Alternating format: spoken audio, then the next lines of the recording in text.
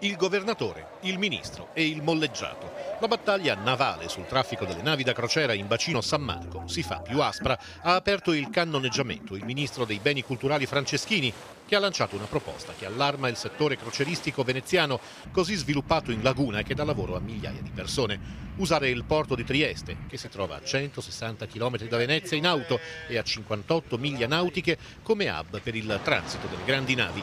Una proposta che entusiasma il cantante Adriano Celentano, e nel suo blog definisce saggia l'idea di spazzare via quei mostri dal più bel quadro vivente del pianeta che è Venezia.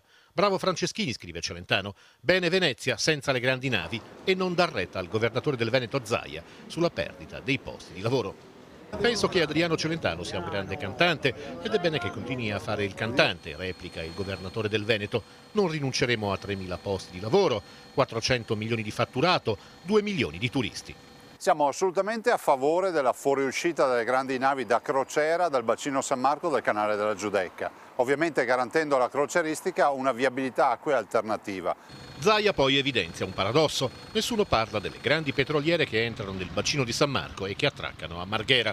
Non capiamo per quale motivo le grandi navi da crociera se ne debbano andare a Trieste e poi nessuno magari cita le grandi petroliere che comunque entrano in laguna e vanno a Porto Marghera. Quindi restino le grandi navi da crociera a Venezia, ovviamente con una viabilità alternativa. Il problema è un problema del governo e lo deve risolvere, perché da 4 anni che stanno litigando i ministeri tra loro.